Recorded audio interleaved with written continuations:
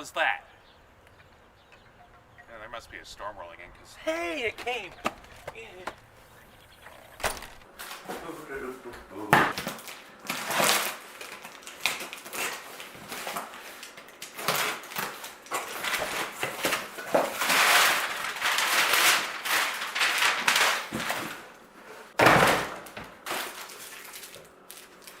Candy. Wait a minute. Oh, I hate blue raspberry.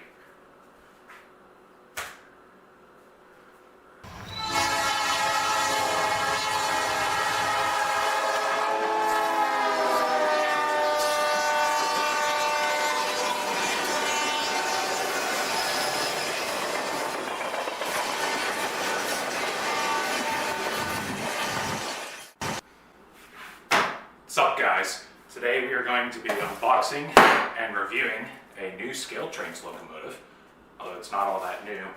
It's a SD40T-2, among some of the first engines they ever produced, but this one is supposedly upgraded. They have ground lights now, so that's always nice. Yeah, so let's unbox the dang thing already.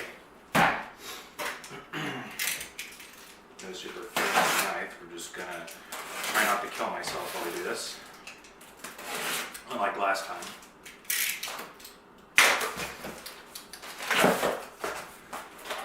And of course, we've got tissue paper and the thing, and yeah, there's the box. That's a box, all right. That's got the prime example and the aforementioned candy, of course. So we'll set that aside. I'll sit down here. And so just your normal average Scaletrains box, the new one anyway, not like the original ones. Look in here. It's actually kind of, I just noticed it like the second I flipped around. There's kind of like a weird, kind of looks like it got double printed. There's like a weird bottom. I'm gonna put a picture up so you guys can see it better. I just know that's pretty funny. Anyway, no serious big deal or anything here. So I'm just ready to get a glance at this thing. Got your product manual for the SD40T-2. Lift your lid, and there she is, in all of its ragtag Southern Pacific glory. So I got number 8321, which is what we have here, and I can now verify that's in the box here. It's this recent run. They did a couple. They did like Union Pacific patch outs, a couple Rio Grande as delivered ones, I think, and Southern Pacific speed lettering with ditch lights, and a couple worn out Roman lettering style. So I got the Roman letter one here, 8321, with tall ditch lights, which I was super excited for when they announced it. Typical. Pretty much industry standard at this point. Clamshell box with your little plastic film on top to protect from scratches. And lift it out. And it is kind of interesting. So these are supposed to have little tabs on the trucks to keep them firmly in place. And you can even see in the box where they're supposed to be. There's like these little grooves and then the truck, you flip them on the bottom of the trucks, and they appear to be missing in this box. So the trucks are just kind of, they're kind of like loose and jiggly in the box. So hopefully that doesn't affect the performance or anything of this engine. Hopefully no wires got loose or anything. So we do have, there is that thing. But, I mean, appears to be no missing or loose parts in the box or anything. Nope, no empty, no extra or loose parts or anything in there roaming around the box. So, I mean, that's always a good sign, ain't it? And there she is. That is absolutely wonderful. Nice worn down lettering on the side, basically like a Athearn prime to grind, if you will. So yeah, Very, very nice looking model. Let's put it on some track here and take a closer look at the details. So the first 84 or so of the SD40T-2s were delivered with the 116-inch nose here. And it was split pretty evenly for about 42-42 a master and remote engine. So this is a master engine. So in the nose here was the radio equipment needed to operate a radio-controlled helper set. So this would be a lead engine in such a consist. A remote engine would have the receiving equipment in the nose to operate as a mid-train engine. All right, let's get a closer look at the side of the engine here. So first thing that sort of stands out are the trucks. So trucks here, you can see along the sides here, you can see the blue wear pads for the trucks to protect the side frames of the trucks here from excessive wear. So the engine goes down the tracks. The wheels are also have that new standard color that Scaletrains has sort of introduced on newer models. I'm still not a fan of this personally. I know a lot of people do kind of like it, but I think especially on a model that's supposed to look pretty worn out like this, that it doesn't quite match. It just, I don't know. I prefer a darker wheel color. Now, I know it's great for some people. I get that. I'm not complaining.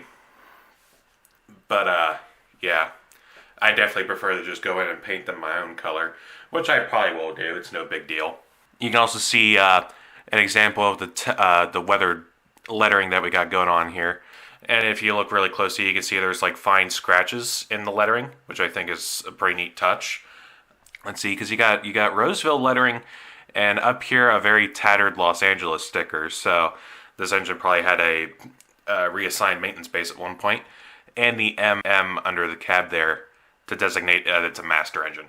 To look at the prime mover doors on the long hood, I like the ACI tag here, how it's like really faded out, and it doesn't. You can see all the details in the ACI tag, but there's no color to them anymore. There's no red and blue anymore. Here's a look at the very tail end of the locomotive and the tunnel motor portion of this tunnel motor. As you can see, it has the full see-through grills in the back here, and no gear tower. So this is where it really triumphs over the Athearn tunnel motors. So we get this guy in here. As you can see back towards here, you can even this is the most newest run of Athearn tunnel motors, and even though they made an effort to try and move it forward, you can still see there's a bit of the gear tower here. It's even more worse on older engines because the gear tower would have been like here and really noticeable, even though it had the see-through grills. So the Scaletrains engine definitely triumphs in this category here. The Scaletrains engine is definitely of a higher quality.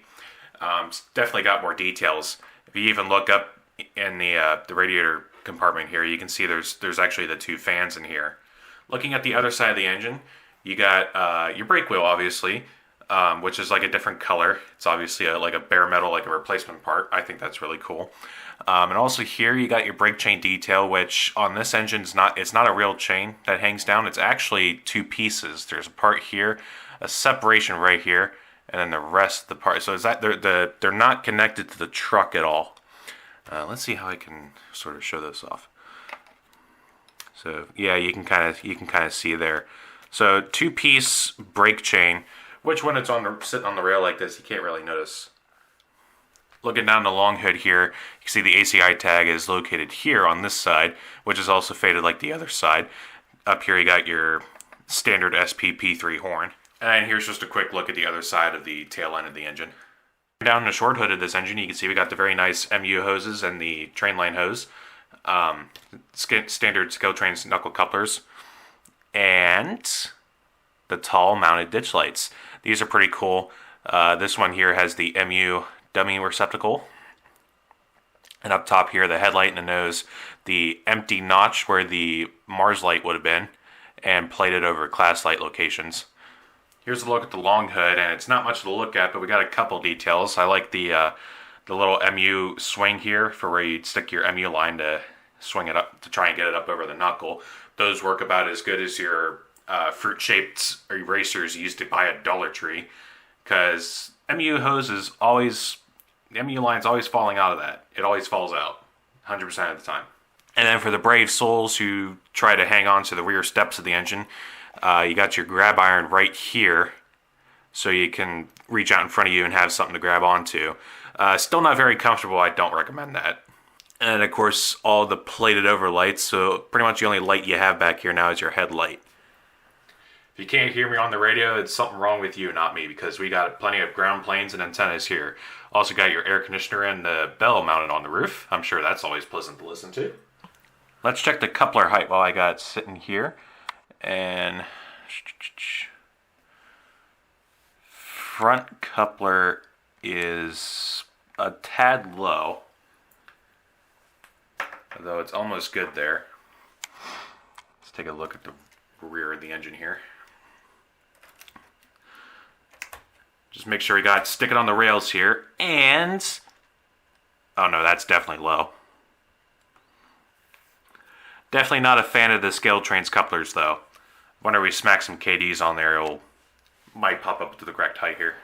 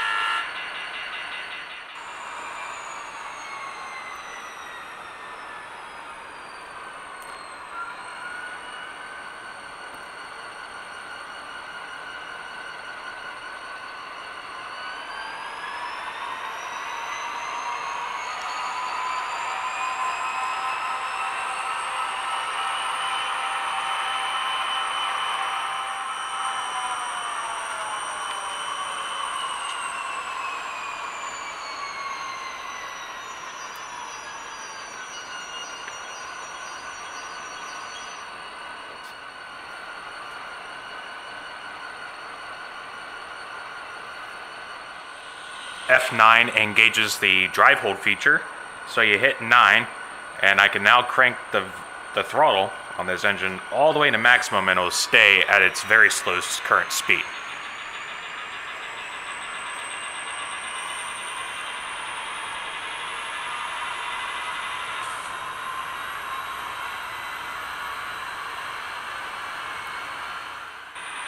F10 is an independent brake. So when applied, the locomotive will come to a stop here while the throttle is engaged. And once I release 10, the locomotive will resume at the speed that you have it set at.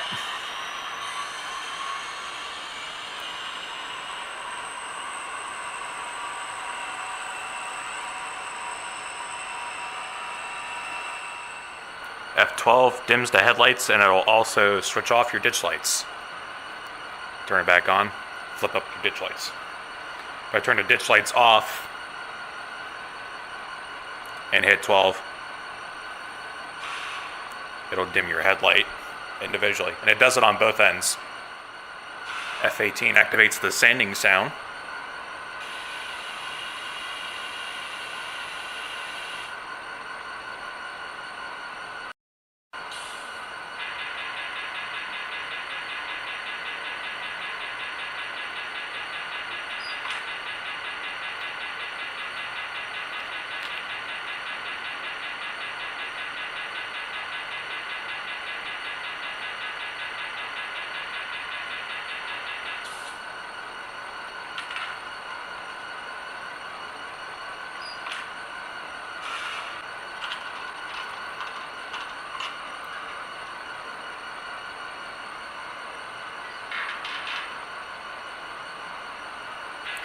F24 is a reverser center. It locks out the throttle controls when activated.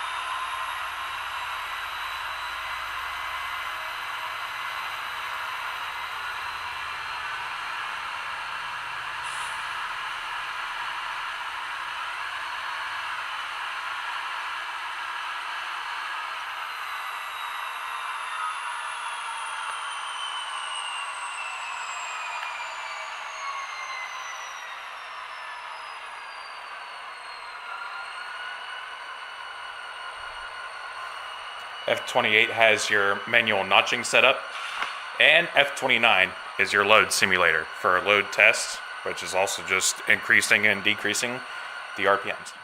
Overall, I think this is another home run from Scaletrains. And another thing I wanted to quickly mention are the sanding lines, because on previous Scaletrains SD40 series locomotives, they had very long sanding lines, which sometimes inhibited the performance of the trucks moving and slewing properly side to side. They would get caught between the wheels and often derail or catching points and such.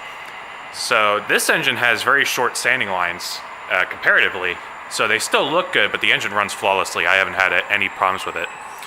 So I'm going to leave you with some video of the engine running around leading this SP stack train, and I hope you enjoy. Till next time, take care, guys.